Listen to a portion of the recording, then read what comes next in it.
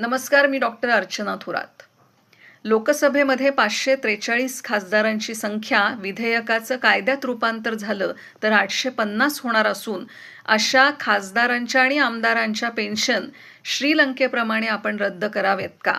या विषयावर आपण बोललो. त्याला खूप उदंड असा प्रतिसाद आपण दिलात आणि प्रतिसादाबरोबरच नुसती आपण चर्चा करून काय उपयोग असाही मुद्दा आपण मांडलात. तर मला स्वतःला असं वाटतं की एखाद्या गोष्टीवर चर्चा करणं ही त्या प्रश्नाची उकल करण्याकडे टाकलेलं एक महत्त्वाचं पाऊल ठरू शकतं.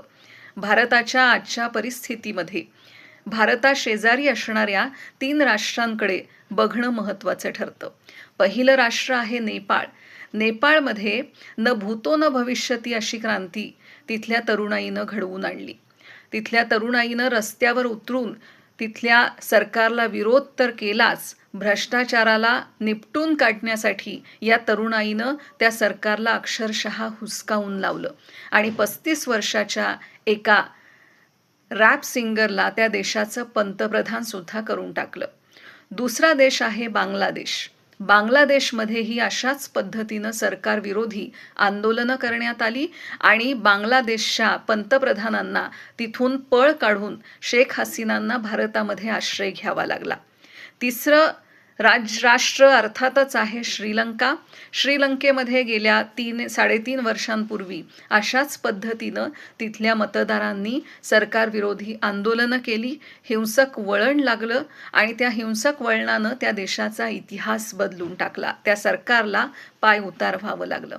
या 3ही राष्ट्रांकडे बघितल्यानंतर भारतातल्या परिस्थितीसाठी नेमकं काय महत्त्वाचं आहे या गोष्टीचा आपण सहज विचार करू शकतो. पण ज्या तरुणाईनं या सगळ्या गोष्टींकडे लक्ष दिलं पाहिजे, त्या गोष्टींविरुद्ध लढाई दिली पाहिजे, ती तरुणाई मात्र हातात असणाऱ्या मोबाईलच्या स्क्रीनवर लक्ष ठेवून आहे आणि किंवा त्यांना स्क्रीनवर राहण्यासाठी गुंतवण्यात आलेलं आहे असं म्हटल्यास ते वावगं ठरू नये. या सगळ्या गोष्टींकडे बघितल्यानंतर मला गिरिजा कुमार माथुर यांची एक कविता आठवते. ती कविता हेच आजच्या प्रश्नाचं मुख्य उत्तर आहे असं मला वाटतं. ते आपल्या कवितेत असं म्हणतात, सिर्फ अपने ही लिए जब जीने लगते हैं आदमी तब उनकी हर चीज़ बिकाऊ हो जाती है. जब अपनी कमजोरियां सुनने से डर लगता है, जब सच को दबाना ही नीति बन जाती है, जब झूठ का ही सिक्का कामयाबी से चलता है, तब ईमानदारी खतरनाक हो जाती है. ये माना कि